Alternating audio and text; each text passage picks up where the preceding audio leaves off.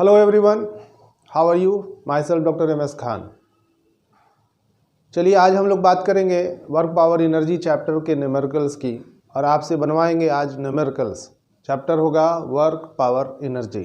Dear students, हमने इस chapter को आपको पढ़ाया है और आप उम्मीद है इसका पूरा फ़ायदा उठाए होंगे। समझ में आया होगा कि वर्क होता क्या है, पावर क्या है और एनर्जी क्या है। तो फटाफट तरीके से एक बार रिवाइज कराएं कि वर्क जो है वो डॉट प्रोडक्ट है फोर्स और डिस्प्लेसमेंट का। पावर जो है उस वर्क के रेट को मेज़र करता है और एनर्जी उस वर्क की एबिलिटी को काउंट करता है। तो एबिलिटी टू डू वर्क जो है वो एनर्जी है। एनर्जी को हमने कहा था कि उसके जो टाइप्स हैं, अगर हम मैकेनिकल एनर्जी की बात करें तो वहाँ पर आपका पोटेंशियल एनर्जी और काइनेटिक एनर्जी का सम होता था। लेकिन जब हम टेम्परेचर या हीट जहाँ पर है वहाँ की बात अगर करें, जैसे गैस की बात करते हैं, तो वहाँ पर एक और एनर्जी काउंट होता है, वो है इंटरनल एनर्जी। तो सम ऑफ टोटल एनर्जी जो कभी भी बात करेंगे सिस्टम में तो वो हमेशा कंजर्व होता है। लेकिन ये भी बताया था कि मैकेनिकल एनर्जी जो है वो कंजर्वेटिव फील्ड में कंजर्व होता है, नॉन कंजर्वेटिव फील्ड में कंजर्व नहीं होता है। टोटल एनर्जी चाहे वो किसी भी फील्ड में हो वो कंजर्व होता है। तो इस तरह के सारे टॉपिक को मैंने डिस्कस किया है बारी बारी से। लगभग 9 से 10 जो है लेक्चर्स हमने वर्क पावर एनर्जी पे लिया है। तो आप जो स्टूडेंट नहीं देखे हैं उसे आप ज़रूर देखिएगा और समझने की कोशिश करिएगा कि वर्क पावर एनर्जी में पढ़ना क्या था। तो हम लोग पढ़ चुके हैं, आज उसके लिए रिवीजन है और वो रिवीजन न्यूमेरिकल्स के रूप में। MCQ क्वेश्चन हम आज देने वाले हैं और आप उसे सॉल्व करेंगे। तो चलिए स्टार्ट करते हैं और वर्क पावर एनर्जी का न्यूमेरिकल्स सॉल्व करेंगे। क्वेश्चन नंबर 1 जो है वो यहाँ पे कहता है कि the work done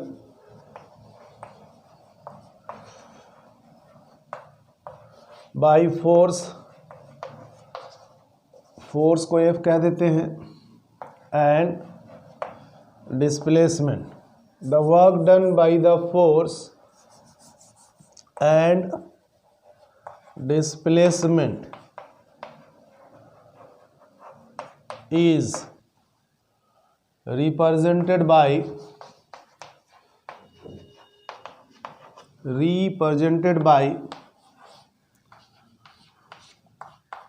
F dot S। Displacement को S कह रहे हैं, तो F dot S, F cross S, F by S और D में नन। तो स्टूडेंट आपने पढ़ा है कि वर्क जो है वो डॉट प्रोडक्ट होता है फोर्स और डिस्प्लेसमेंट का, जहाँ पर फोर्स ये है और डिस्प्लेसमेंट ये है, दोनों वेक्टर है। वहाँ मैंने नहीं दिखाया था इसलिए क्योंकि यहाँ ऑप्शन जो है आपको पता चलता। तो यहाँ हमने कहा कि दो वेक्टर का डॉट प्रोडक्ट वर्क देता है और उसी को यहाँ पर क्वेश्चन में कह रहा है कि वो क्या होगा। तो यहाँ पर जो आंसर होगा पहला वो F डॉट S का यहाँ पर ऑप्शन नंबर A है, सही होगा। दूसरा क्वेश्चन अगर हम लोग यहाँ पर चलें, वर्क, दूसरा क्वेश्चन है the work done by force is equal to change in kinetic energy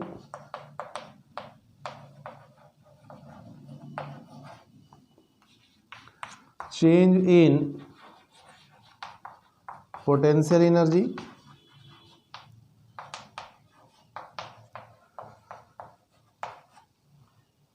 change in mechanical energy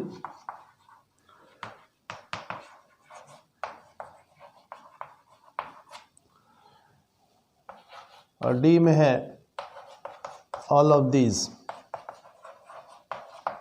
तो स्टूडेंट क्वेश्चन नंबर 2 कह रहा है कि work done by the force जो है वो चेंज इन काइनेटिक एनर्जी की इक्वल है या चेंज इन पोटेंशियल एनर्जी की इक्वल है या चेंज इन मैकेनिकल एनर्जी की इक्वल है, क्या बताइएगा।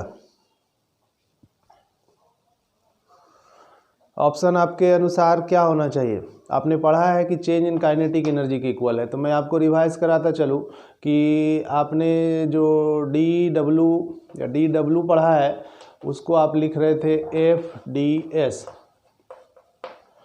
तो ये चेंज इन काइनेटिक एनर्जी के इक्वल है, और DW is equal to -FDS, ये minus change in potential energy के इक्वल है।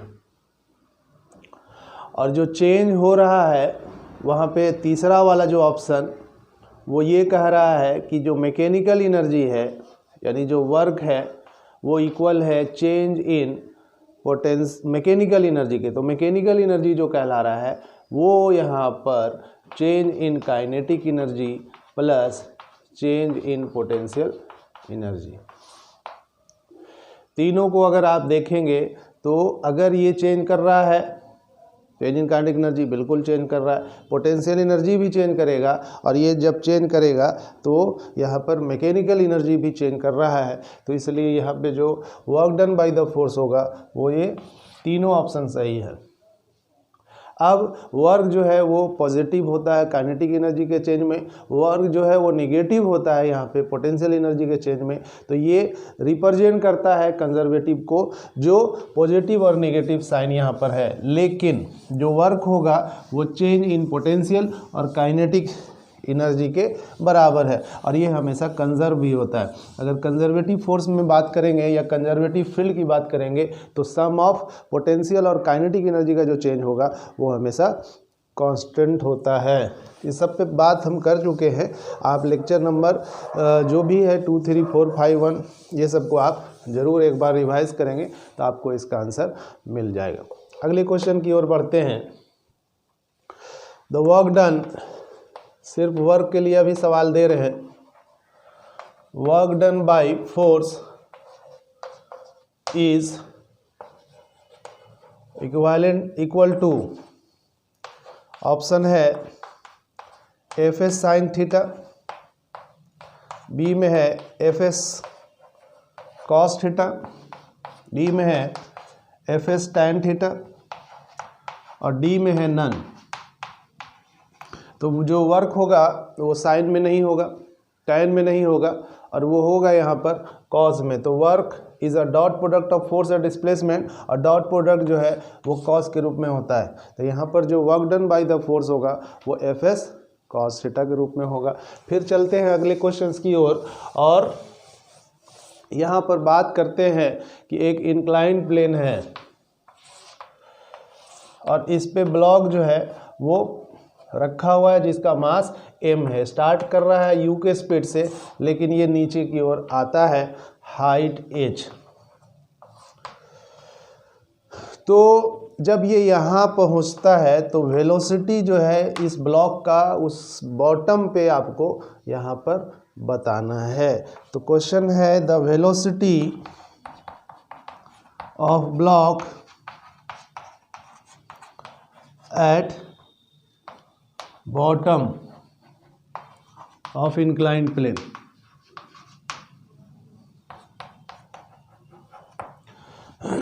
तो velocity of a block at a bottom of inclined plane अगर बताना है, ये एंगल अगर यहाँ थीटा दिया जाता है तो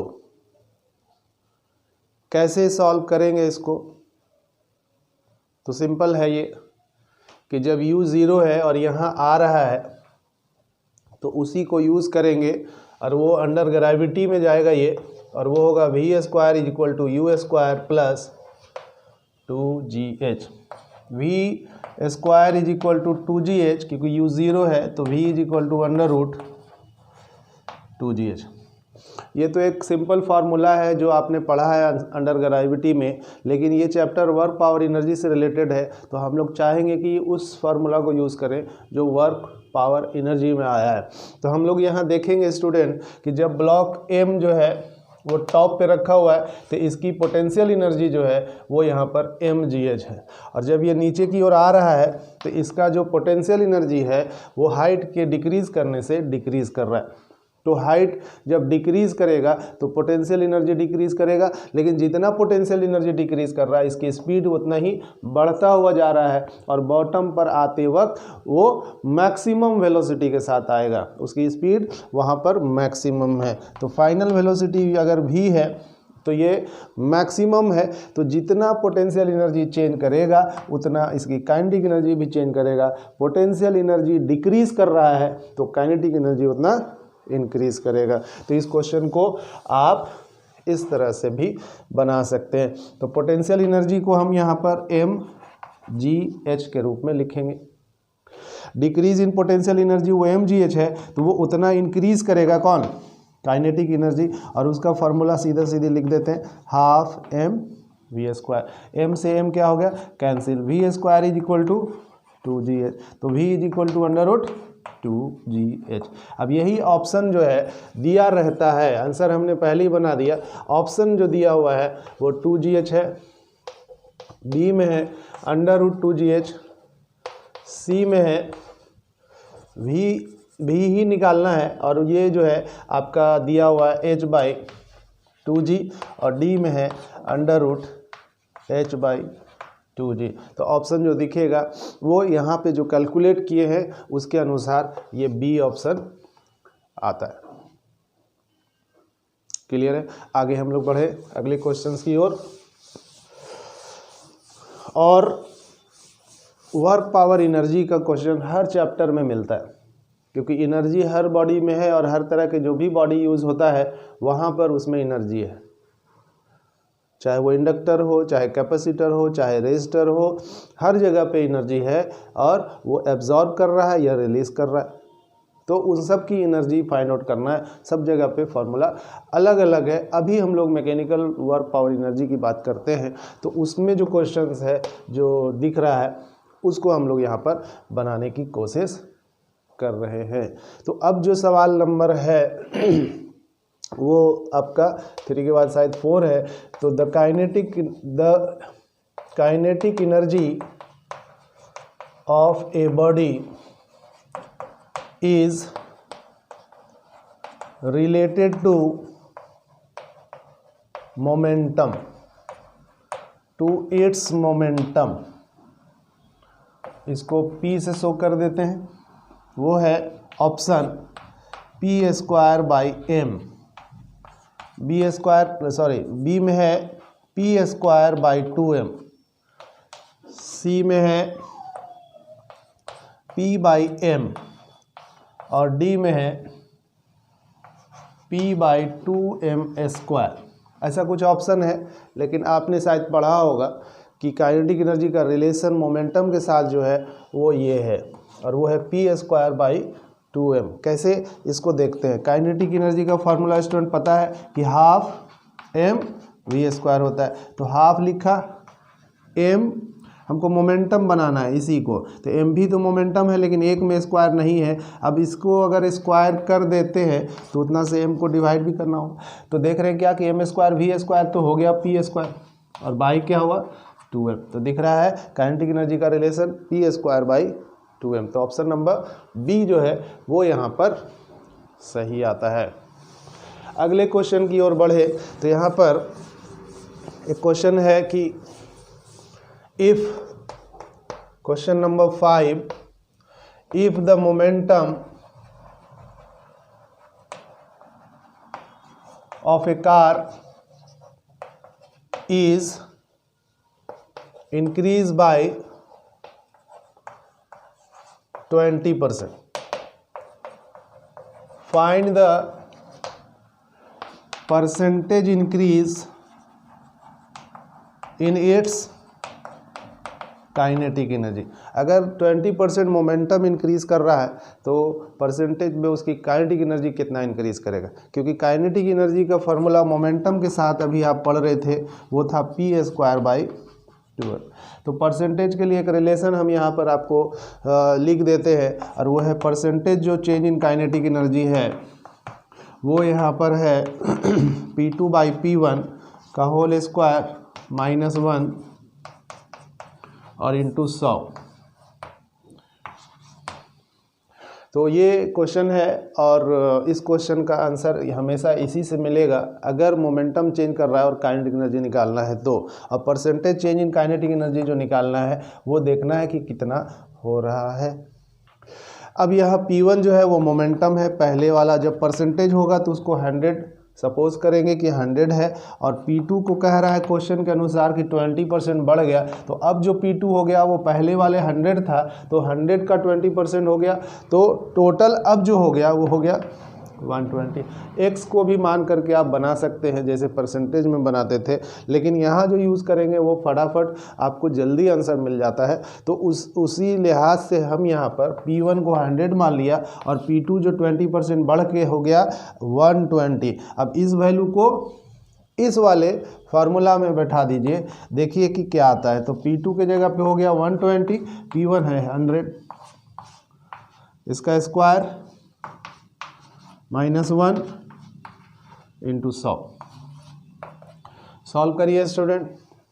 तो 1.2 है और उसका स्क्वायर करेंगे तो 1.44 हो जाएगा, और 1.44 -1 और इंटू 100। देख क्या रहे आंसर, 1.44 -1 करेंगे तो 0.44 बचेगा, 0.44 और इंटू 100 कितना आया 44%। तो अगर मोमेंटम 20% बढ़ता है तो उसकी काइनेटिक एनर्जी जो है वो 44% चेंज करेगा। तो इस तरह का क्वेश्चन का आंसर 44 है। ऑप्शन जो रहता है वो आपको दिया रहता कि ए ऑप्शन जो है वो 10% है, बी जो ऑप्शन है वो 44% है, सी जो है आपका 96% है, और डी जो है 125% है। तो इस तरह से बी वाला जो ऑप्शन होगा वो यहाँ पर सही है। आगे हम लोग बढ़ते हैं और देखते हैं कि यहाँ पे एक इस तरह से स्टेयर बना हुआ है और इसका लेंथ दिया हुआ है लगभग 20 सेंटीमीटर और हाइट दिया हुआ है 20 सेंटीमीटर। हर का वही दिया हुआ है, जो भी लीजिएगा आप वो 20 सेंटीमीटर लेंथ और उसकी हाइट जो है वो भी 20 सेंटीमीटर है। एक आदमी यहाँ से चल कर के यहाँ पहुँचता है, ठीक यहीं तक पहुँचता है, सपोज कर लो। मास जो है इसका m है, तो यहाँ तक पहुँचने में जो वर्क होगा ए पोजीशन से कहाँ पहुँच रहा है, बी पोजीशन पे पहुँच रहा है, तो इसका वर्क जो है आपको फाइंड करना है। Find the work done when a man goes at point B, है ना, कहाँ से, from A by given ladder. तो इस गिवन लैडर से अब वो ए से बी जाता है जिसको हम यहाँ पर दिए हुए हैं, तो उसका जो वर्क होगा वो क्या होगा, यहाँ पे work is equal to mgh। Gravity जो है वो नीचे लग रहा है लेकिन उसके अगेंस्ट में उसको जाना है, तो फोर्स mg होगा, और ये जो हाइट है जहाँ तक गया, जहाँ से चला था और जहाँ पे गया उसकी हाइट लेंगे। अब ये किस रूप में जा रहा है वर्क डिपेंड नहीं करता है, वो डिपेंड कर रहा है इनिशियल और फाइनल पोजीशन। तो यहाँ इनिशियल हो गया और यहाँ फाइनल हो गया, तो वो इनिशियल और फाइनल जो चेंज पोजीशन का हो रहा है वही उसका हाइट है। तो ये आपका h हाइट है, और h हाइट को यहाँ पर काउंट करना है कि ये 20 सेंटीमीटर है और ये भी आपका 20 सेंटीमीटर है। तो हाइट जो हो रहा है वो टोटल यहाँ पर कितना हो गया 40 सेंटीमीटर। तो 40 सेंटीमीटर को आप 0.4 मीटर भी लिख सकते हैं। और अगर आदमी का जो है वो 60 kg है, उसका मास, एक आदमी जिसका मास 60 kg है और वो ए से बी पर जाता है तो उसको जाने में कितना वर्क करना होगा। तो ये 60 जी का वैल्यू अगर 10 यूज़ करें तो 10, और हाइट जो यहाँ पर है वो है 0.4। इसी को आपको सॉल्व करना है तो ये वाली पॉइंट इस 10 से कैंसिल हो गया और 6 4 जा 24 और एक 0 है यहाँ पे, तो 240 यहाँ पे जूल आंसर हो गया। अब इसी का ऑप्शन दिया रहता है, ठीक है, 120 जूल, 240 जूल, 380 जूल, 560 जूल। तो स्टूडेंट इसी को कैलकुलेट करना है दिए हुए डाटा के अनुसार, और उसके अनुसार जो आ रहा है वो है 240, इसलिए ये आंसर ऑप्शन नंबर बी सही है।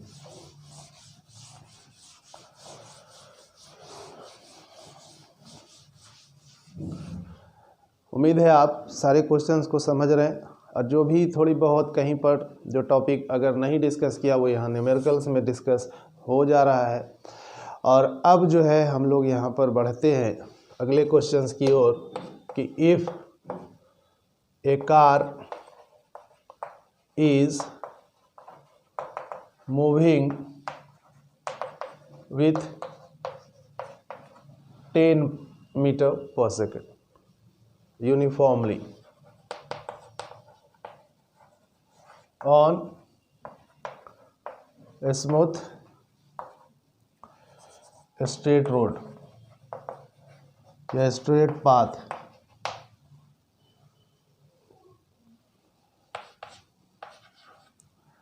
the kinetic energy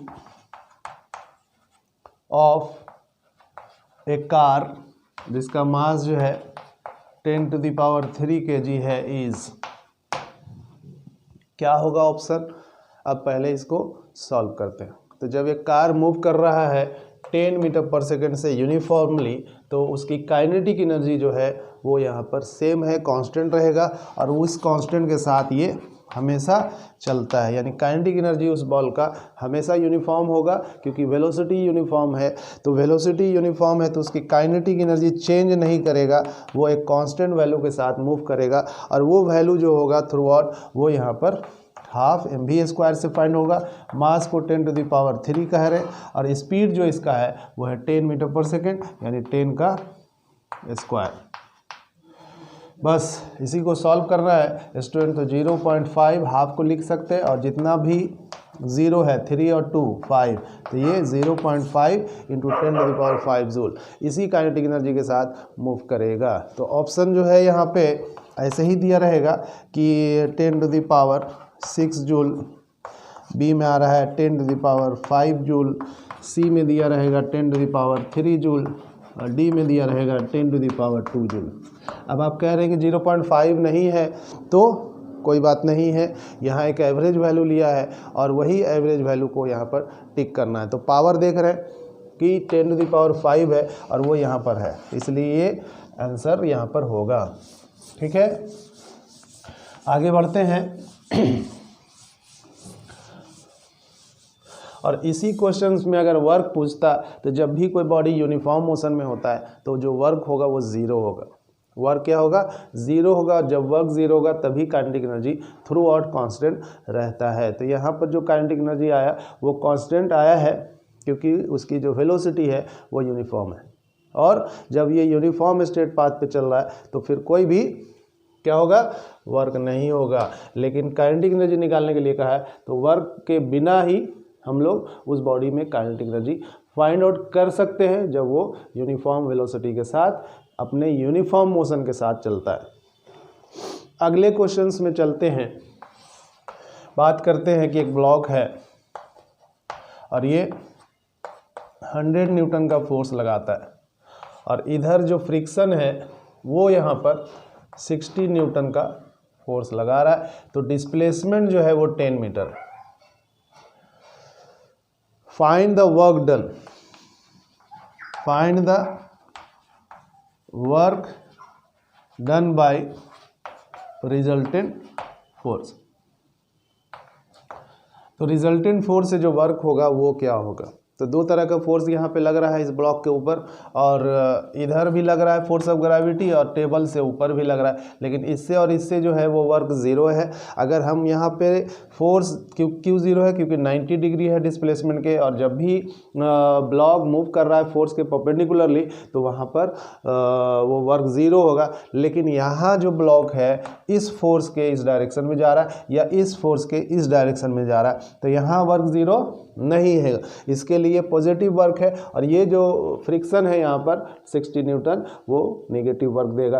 तो हम लोग देखेंगे क्या कि इसका जो रिजल्टेंट है वर्क बाय द मतलब रिजल्टेंट फोर्स से जो वर्क है वो फाइंड आउट करेंगे।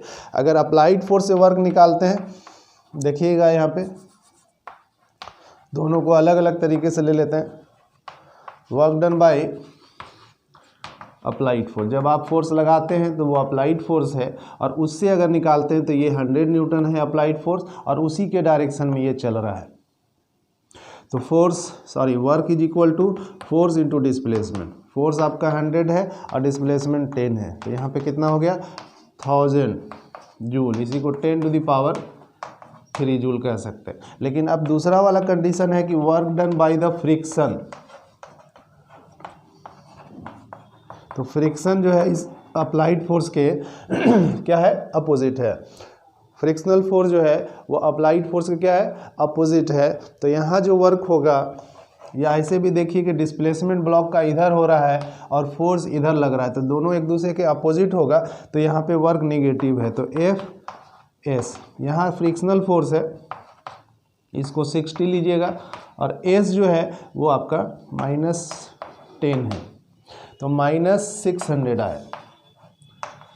फ्रिक्शन से जो वर्क होगा वो -600 होगा जूल, और जो अप्लाइड फोर्स है उससे जो वर्क होगा वो 1000 जूल होगा। अगर रिजल्टेंट फोर्स की बात करें, एफ जो रिजल्टेंट फोर्स है वो 100 - 60 तो 40, तो 40 न्यूटन से जो वर्क होगा वही यहाँ पर रिजल्टेंट फोर्स से वर्क होगा। और हम अगर यहाँ 40 न्यूटन ले लें और डिस्प्लेसमेंट जो है वो अगर हम 10 जो दिया है वो यूज़ करें, तो 40 इंटू एस 10 है, तो आंसर आ रहा है 400 जूल। तो रिजल्टेंट फोर्स से जो वर्क होगा वो 400 जूल है। या आप ऐसा भी कर सकते हैं कि इसको घटा दीजिए, टोटल वर्क जो निकालना है तो वो होगा W minus W dash, W dash friction की वजह से जो वर्क हो रहा है, और W जो है वो अप्लाइड फोर्स से वर्क हो रहा है। ठीक है, तो अब यही वर्क जो है आप देख रहे हैं यहाँ पे 1000 है, और यहाँ जो है ये आपका जो आया है वो 600। सॉल्व करते हैं तो 400 जूल। अब इसी का ऑप्शन दिया रहेगा तो वो ऑप्शन आपके 400 जो होगा वही सही होगा। तो इस तरह से हम तीनों तरीके से आपको बताएं कि कैसे हम लोग न्यूमेरिकल्स को बनाते हैं। तो कंसेप्ट बहुत ज़रूरी है, और आपका कंसेप्ट अगर है सब्जेक्ट पे तो फिर न्यूमेरिकल्स जो है आपको आसान लगेगा, और फिर आपको कहीं प्रॉब्लम नहीं होगा। आपके जो भी कॉम्पिटिटिव एग्ज़ाम है वहाँ सिर्फ न्यूमेरिकल्स ही पूछा जाता है, चाहे वो नीट का एग्ज़ाम हो, चाहे वो IIT मेंस या एडवांस का हो। आपसे प्रैक्टिस देखना चाहता है, आप कितना प्रैक्टिस कर आए हैं, कितना न्यूमेरिकल्स बना कर आए। ठीक, और न्यूमेरिकल्स तब बनेगा जब आपके पास थ्योरी कंप्लीट होगा, और उस थ्योरी का कंसेप्ट जो है वो आपका क्लियर होना चाहिए। तो इस तरह से हम लोग देखें कि वर्क जो है वो यहाँ पे इस तरह फाइंड आउट होता है। अब एक सवाल यहाँ पर फ्रिक्शन से ही जुड़ा हुआ है। 10 kg का ब्लॉक है और ये डिस्प्लेस कर रहा है 5 मीटर। 5 मीटर अगर डिस्प्लेस कर रहा है, ये क्लियर है। इस तरह से लिख सकते हैं कि if A block is moving, है ना, यूनिफॉर्मली ऑन हॉरिजेंटल टेबल, यहाँ पर जो है टेबल और उस ब्लॉक के बीच का फ्रिक्शन दिया हुआ है 0.5 as shown in figure। Clear है? Find work done by applied force, यानी जो हॉरिजेंटली है वो अप्लाइड फोर्स निकालना है, अप्लाइड फोर्स से वर्क निकालना है। दूसरा है वर्क डन बाय फ्रिक्शन। तीसरा है work done by force of gravity. तो इस तरह से आपको अलग अलग तरीके से वर्क जो है फाइंड करना है। ब्लॉक 5 मीटर डिस्प्लेस कर रहा है और ये ब्लॉक हॉरिजेंटल टेबल पे है, जो कि वहाँ पर म्यू का वैल्यू यानी कोफिशिएंट ऑफ फ्रिक्शन का वैल्यू 0.5 है। तो कैसे बनाएंगे इसको, चलिए देखते हैं। पहला जो है अप्लाइड फोर्स से फाइंड करेंगे। तो अप्लाइड फोर्स जो यहाँ पर है आपका, जब यूनिफॉर्म मोशन में है तो यहाँ पे फोर्स क्या हो गया, 0 हो गया, नेग्लिजिबल है फोर्स। लेकिन फ्रिक्शन जो रफ सरफेस है उसका तो है, तो work done by the applied force जो है वो 0। पहला का आंसर यहाँ पर ये दिख गया। यूनिफॉर्मली मूव कर रहा है यार, तो यूनिफॉर्मली मूव करेगा तो हॉरिजॉन्टल फोर्स जो है वो 0 है। और work done by the friction, तो फ्रिक्शन यहाँ पर है, तो ये फ्रिक्शन जो है वो इक्वल होता है म्यू mg के। तो फ्रिक्शनल फोर्स ये हो गया, और वर्क जो है वो फ्रिक्शनल फोर्स से माइनस Fs देखेंगे, क्योंकि फ्रिक्शन जो है वो रिटार्डेशन प्रोड्यूस करता है और वो फ्रिक्शन के अपोजिट डायरेक्शन में डिस्प्लेस कर रहा है, इसलिए भी माइनस साइन स्टूडेंट यहाँ पर दिया है। तो minus which represent the direction of frictional force is opposite to the displacement of block. तो W is equal to minus Fs minus F is equal to mu mgs। Solve करना है और फिर यही आंसर मिल जाता है। म्यू का value है 0.5, m का वैल्यू है 10 और डिस्प्लेस कर रहा है 5। पॉइंट से ये 10 कैंसिल हो गया, 25 जूल, माइनस 25 जूल, यानी माइनस 25 जूल का मतलब हुआ कि ये फ्रिक्शन से वर्क हो रहा है, या आप ये कह सकते हैं कि वो अगेंस्ट द अप्लाइड फोर्स है। डियर स्टूडेंट्स, अगर हम लोग देखें प्रैक्टिकली, तो जब फ्रिक्शन होगा तो उस फ्रिक्शन के अगेंस्ट में आपको फोर्स लगाना पड़ेगा, तभी वो ब्लॉक मूव करेगा।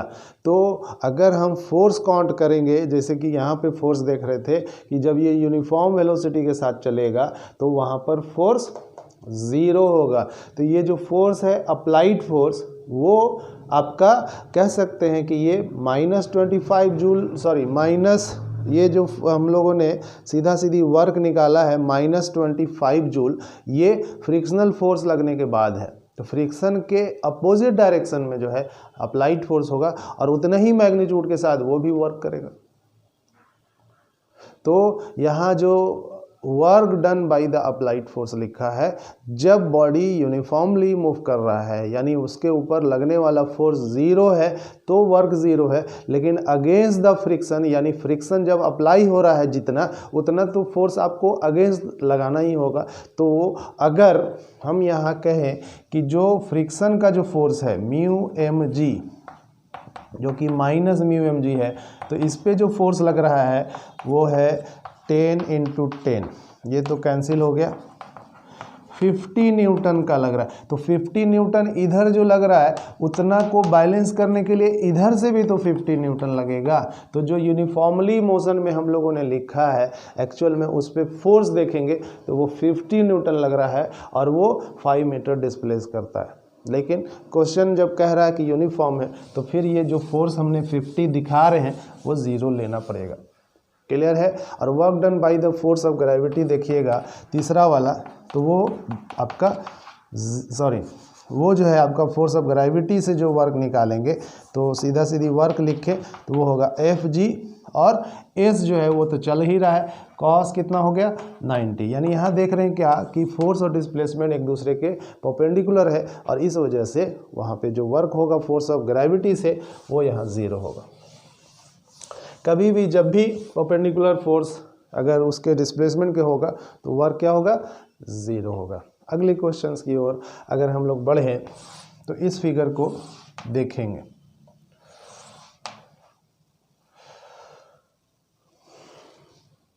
ठीक है, और अब जो है यहाँ पर भी एक स्प्रिंग लगाओ।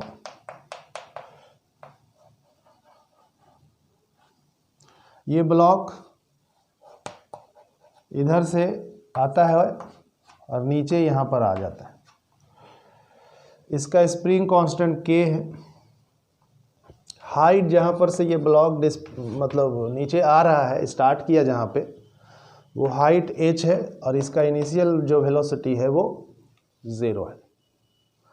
तो पूछ ये रहा है कि आप कितना इस स्प्रिंग को कंप्रेस करेंगे। द कंप्रेशन ऑफ स्प्रिंग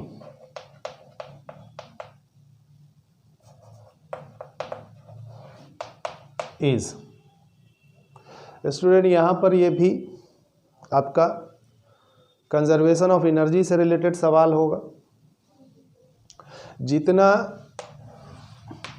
इसकी पोटेंशियल एनर्जी घट रहा है उतना इसका काइनेटिक एनर्जी बढ़ रहा है यहाँ पे, तो मैक्सिमम काइनेटिक एनर्जी यहाँ पे होगा और यहाँ पर जो होगा वो मैक्सिमम पोटेंशियल एनर्जी। तो यहाँ से घटता हुआ जा रहा है पोटेंशियल एनर्जी, लेकिन बढ़ता हुआ कौन जा रहा है काइनेटिक एनर्जी। तो चेंज इन पोटेंशियल एनर्जी जो होगा या डिक्रीज इन पोटेंशियल एनर्जी वो इंक्रीज इन काइनेटिक एनर्जी के बराबर होगा।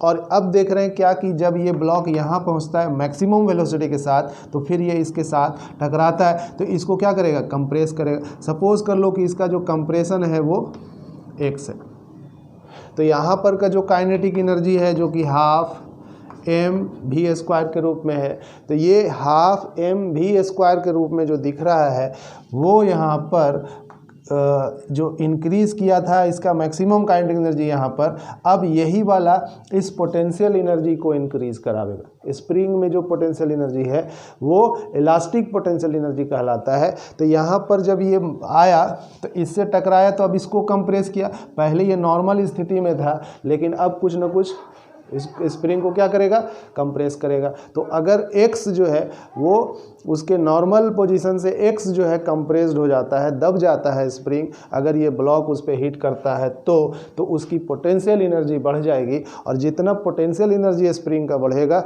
उसकी काइनेटिक एनर्जी उतना घटेगा। तो चेंज इन काइनेटिक एनर्जी या decrease in kinetic energy of block वो increase in potential energy of spring कर सकते हैं। तो half mv² is equal to half kx²। This is the elastic potential energy. तो half mv² is equal to half kx² के रूप में यहाँ पर है। अब आप चाहते हैं कि इसको हम x दिखाएं, तो वेलोसिटी जो यहाँ पर आ रहा है ये वेलोसिटी आपको √2gs देता है, या v² इज इक्वल टू, अभी हम लोगों ने इसको पढ़ा। तो जब वेलोसिटी यहाँ पर देखेंगे तो वो 2gh में है और इसको अगर हम सॉल्व करेंगे तो 1/2 m तो है ही और v की जगह पर 2gh, 2 से 2 क्या हो गया कैंसिल। तो यहाँ पर जो दिखा टोटल एनर्जी यहाँ पर भी टोटल एनर्जी mgh ही होगा और यहाँ पर भी टोटल एनर्जी mgh होगा जो काइनेटिक एनर्जी के फॉर्म में है, हाफ mv² के रूप में है। तो mgh is equal to half kx²। ये पोटेंशियल एनर्जी और काइनेटिक एनर्जी का सम अगर देखें तो वो टोटल एनर्जी है और वो mgh के रूप में है। स्टूडेंट अब जो है आप इसको x निकाल सकते हैं, तो 2mgh/k, x² है यहाँ पर, और इसी x को निकालते हैं तो √2mgh/k। अब इसी ऑप्शन को जो है यहाँ पर दिया रहेगा और एक ऑप्शन उसमें से सही होगा। तो ऑप्शन जो है यहाँ पर वो दिया हुआ है mgh, दूसरा mgh/k, दूसरा है 2mgh/k, सी में है √mgh/k, और तीसरा है चौथा डी में 2mgh/k। देख रहे हैं, दो इस रूप में है, दो इस रूप में है, थोड़ा सा का डिफरेंस है यहाँ पर, और वो है 2 का, तो यहाँ पर 2 है उसमें जो सॉल्व किया, तो इसलिए यहाँ जो ऑप्शन है वो डी सही हो जाएगा। आगे हम लोग बढ़े, और भी क्वेश्चंस हैं, बहुत सारा क्वेश्चंस है, घर पे आप बनाएंगे, लेकिन इस टाइप का क्वेश्चन शायद हो सकता है आप थोड़ा सा दिक्कत में आए, तो आप समझ गए होंगे। अब आपसे इस टाइप का क्वेश्चन जहाँ पे भी होगा वो आपसे बनने लगेगा। तो आगे जो है हम लोग अगर देखें क्वेश्चन कि if the position of A particle changes from point A, दिया हुआ 0, 0, 10 सेंटीमीटर टू पॉइंट B, दिया हुआ है आपका 110 centimetre by a force of 236 Newton. Find the work done by given force. Position change करने का मतलब क्या हुआ कि जो चेंज इन पोजीशन होगा वो उसका डिस्प्लेसमेंट होगा, और फोर्स और डिस्प्लेसमेंट का डॉट प्रोडक्ट निकालेंगे तो वो वर्क होगा। तो W=F.S होता है। अब यहाँ पर फोर्स जो है वो इस रूप में दिया हुआ है, एक कोऑर्डिनेट है, लेकिन वो रिप्रेजेंट कर रहा है फोर्स के मैग्नीट्यूड को अलग अलग एक्सिस पर। अगर 236 न्यूटन कह रहे हैं तो 2 जो है वो एक्स एक्सिस पर है, 3 जो है वाई एक्सिस पर है, और 6 जो है वो जेड एक्सिस पर है। अब सब के सब पॉजिटिव है, इट में भी कोई नेगेटिव हो सकता था, लेकिन यहाँ सब आपको क्या दिख रहा है, पॉजिटिव। ठीक है, तो यहाँ जो है पोजीशन दिख रहा है 0, 0, 10, यानी 10 सेंटीमीटर पे जेड एक्सिस पे है, और बी पर जाता है वो एक्स और वाई पे, जेड पे 0 हो जाता है। तो पोजीशन जो चेंज किया उसका कारण है फोर्स, और वो जो फोर्स है वो है 236 न्यूटन के रूप में। तो हमें वर्क निकालना है। ध्यान देना है कि जो डिस्प्लेसमेंट है उसे हम लोग चेंज इन पोजीशन के रूप में देख रहे हैं, और चेंज इन पोजीशन जो यहाँ दिख रहा है वो ए से बी है। तो ए पर जब पार्टिकल है तो उसका पोजीशन को हम लोग x1 या r1 कह देते हैं, R1 कह देते हैं। अब देख रहे हैं क्या कि 0 एक्स एक्सिस पर है, y भी 0 है, तो सिर्फ z बच गया, तो 10 हम लोग k कह सकते हैं, क्योंकि जब z एक्सिस पर होगा तो यूनिट वेक्टर जो है वो k से रिप्रेजेंट होता है। अगर माइनस रहता तो -10k होता है, लेकिन प्लस है तो चलिए R1 10k हो गया। R2 जो है B पॉइंट पे आता है, तो यहाँ पर दिख रहा है कि 1 और 1 है, तो इसका मतलब I पर है और J के रूप में है, K जो है वो 0 है। चेंज इन पोजीशन को ही डिस्प्लेसमेंट कह रहे हैं, और वो आप R2 माइनस R1 ले सकते हैं, या R1 माइनस R2 भी कर सकते हैं। तो R2 माइनस R1 अगर करें तो I प्लस J माइनस सिर्फ और सिर्फ क्या बच रहा है, 10k। तो स्टूडेंट वही के वही रह गया, क्या रह गया, I plus J minus 10k। तो ये डिस्प्लेसमेंट हो गया, और जो फोर्स है वो उस फोर्स से वर्क निकालना है। तो फोर्स इंटू डिस्प्लेसमेंट, फोर्स को क्या कहेंगे, फोर्स यहाँ पर 2 है, 3 है, 6 है। ठीक है, तो 2I plus 3J plus 6k, ये फोर्स हो गया। और डिस्प्लेसमेंट जो आया है डॉट करके लिखेंगे I plus J minus 10k। और अब डॉट प्रोडक्ट जो है इसका आपको लेना है। अब देखिए कि यहाँ पर डिस्प्लेसमेंट जो है सेंटीमीटर में है, कोई भी यूनिट में होगा, लेकिन ये प्रोसेस जो है आपको इस रूप में बनाना है। तो अब जो है डॉट प्रोडक्ट निकालिएगा, तो 2I और I जो है वो 2 रहेगा, क्योंकि आई डॉट आई 1 हो जाता है। उसके बाद आप इसको और इसके साथ मल्टीप्लाई करेंगे तो 3j डॉट जे 3 ही रहेगा, और माइनस 6 और 10 है तो 60, तो 60 हो गया। अब ये 2 3 5 60 करें अगर तो -55 ये यूनिट। अब अगर आपको दिया रहता आप लिख सकते हैं ऐसे 55 न्यूटन, मीटर नहीं है सेंटीमीटर है, तो न्यूटन सेंटीमीटर यहाँ पर यूनिट आता है। अब मीटर में चेंज करना होगा तो आपको फिर मीटर में देखना है कि क्या है।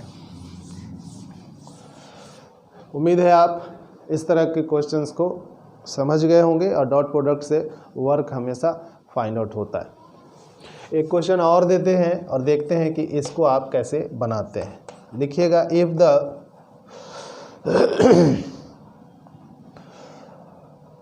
force is acting on a block as a given equation F is equal to 3x square plus 2x minus 1 Newton. Find the work done. Find the work done by force when a block is displaced by 2 meter. 2 meter जो है वो block displace कर रहा है, और force जो है यहाँ पर 3x square plus 2x minus 1 Newton के रूप में है। तो वर्क फाइंड आउट करेंगे। डियर स्टूडेंट, फोर्स जो है ये वेरी कर रहा है, और जब फोर्स वेरी कर रहा है, स्मॉल चेंज अगर कर रहा है, तो वो dw के रूप में हम लोग ऐसे लिख सकते हैं, F/ds। F की जगह पर यहाँ पर आपको 3x square plus 2x minus 1 और इंटू ds। और अब इसी को जो है यहाँ x के रूप में है, तो आप इस ds को ज़्यादा बेहतर रहेगा कि डिस्प्लेसमेंट को dx दिखा दीजिए ताकि दोनों मैच करें। और अब x और dx के रूप में होगा, दोनों एक ही चीज़ हुआ। डिस्प्लेसमेंट जो है वो स्मॉल ds भी कह सकते हैं, dx भी कह सकते हैं। तो यहाँ जो है dx x के रूप में था, तो ये dx ही लिखेंगे। अब ये dx और ds जो है वो दोनों एक ही है डिस्प्लेसमेंट के रूप में। तो चलिए इसको आप क्या करेंगे, इंटीग्रेट करेंगे। तो 3 पहले आप इस तरह से लिख सकते हैं, 3x square dx plus 2x dx minus dx। अब आप देखो इसको सॉल्व करके क्या आता है, 3x स्क्वायर dx का मतलब इंटीग्रेट करोगे तो 3x पे पावर 4 बाई 4 हो जाएगा, प्लस 2x स्क्वायर बाई 2 हो जाएगा, और माइनस dx का इंटीग्रेशन x होता है। तो 3/4 x पे पावर 4। अब देखते क्या है कि डिस्प्लेस जो कर रहा है वो जो x है वो यहाँ पर शायद 2 मीटर दिए थे, तो x का वैल्यू 2 मीटर है। इसमें पुट करिएगा 3/4, और 2 का वैल्यू है x के जगह पे 2 और इस पे पावर 4, प्लस 2 से 2 कैंसिल हो गया, तो 2 पे पावर 2 माइनस 2, क्योंकि x का वैल्यू 2 मीटर डिस्प्लेस कर रहा है। 2 3/4 और इंटू ये 16 हो जाएगा। 2 पे पावर 4 को अगर मल्टीप्लाई करते हैं तो 2 इंटू 2 इंटू 2 इंटू 2 है ना, देख लीजिए आप, 2 इंटू 2, 2 दूनी 4 दूनी 8 दूनी 16, तो 16 लिखा, प्लस 4 और माइनस 2, 4 चौके 16, 4 तिया 12, तो 12 प्लस 4 माइनस 2, 16 माइनस 2 कितना हो गया स्टूडेंट, 14। यहाँ जूल लिख सकते हैं क्योंकि वहाँ पर न्यूटन मीटर में दिया हुआ है। तो डिफरेंट टाइप का जो भी क्वेश्चंस है यहाँ पर आप बना रहे हैं, और आखिरी क्वेश्चन जो है आज का वो हम देते हैं और आप इसे बनाइएगा।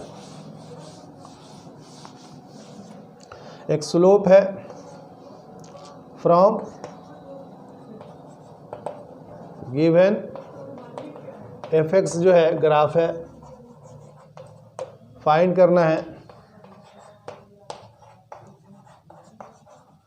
Work done and power by force at T is equal to 2 से।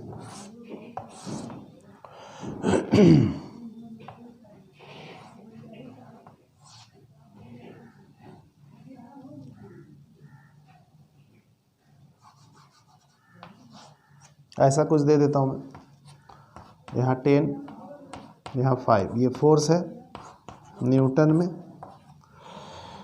और ये आपका 1 2 3 4 ये डिस्प्लेसमेंट है। तो फोर्स और डिस्प्लेसमेंट का एक्स के रूप में लिखे हैं स्टूडेंट हम लोग, आदत हो गई, क्योंकि पूरे जो है वर्क पावर एनर्जी में डिस्प्लेसमेंट को एक्स लिया है, लेकिन क्वेश्चन में एक्स लिख रहे थे, इसलिए एक्स इसको आप बना लेंगे।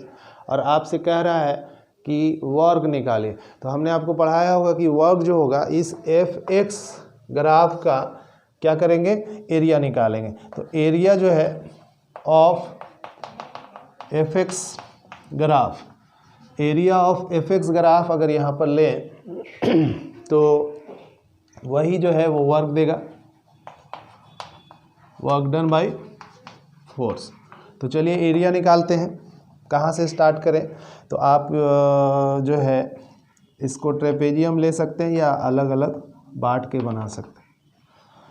तो ये एक ट्रायंगल हो गया, इसका एरिया हाफ पहला देख लीजिए, ये वाली को भी आप बांट दीजिए, ये दूसरा, ये तीसरा, और यहाँ से यहाँ तक चौथा। पार्ट बांटा है हमने 1 2 3 4 के रूप में, और 1 का एरिया जो है ट्रायंगल के रूप में दिख रहा है, ये क्या दिख रहा है, ट्रायंगल दिख रहा है। तो इसका एरिया हाफ, बेस जो है यहाँ पर देखिए 1 है, और हाइट जो दिख रहा है वो 10 है। प्लस दूसरा वाला पार्ट में चले आइए, ये भी एक ट्रायंगल दिख रहा है, लेकिन वो यहाँ से यहाँ तक है, तो हाइट तो 5 ही हो गया, लेकिन ये जो बेस है वो 1 है। तो हाइट यानी ट्रायंगल है तो हाफ, बेस 2 - 1 1, और इनटू हाइट यहाँ से यहाँ तक 5। क्लियर है स्टूडेंट। उसके बाद जो उसके नीचे तीसरा वाला पार्ट है, प्लस कर देते हैं, ये एक रेक्टेंगल दिख रहा है, 2 में से 1 गया, 1 बेस हो गया, और हाइट जो है वो 5 है, तो 1 × 5 लेंथ इंटू ब्रेथ होता है, और प्लस पूरा यहाँ से यहाँ तक देखिएगा, तो क्या आएगा 4 - 2 2, और इसका हाइट जो है वो 5 है, लेंथ इंटू ब्रेथ, तो ब्रेथ जो है वो 5 है, और यहाँ से लेंथ जो है 2 है, तो 2 × 5। बस इसको आप सॉल्व करेंगे तो आंसर वर्क का निकल जाएगा बाय द फोर्स।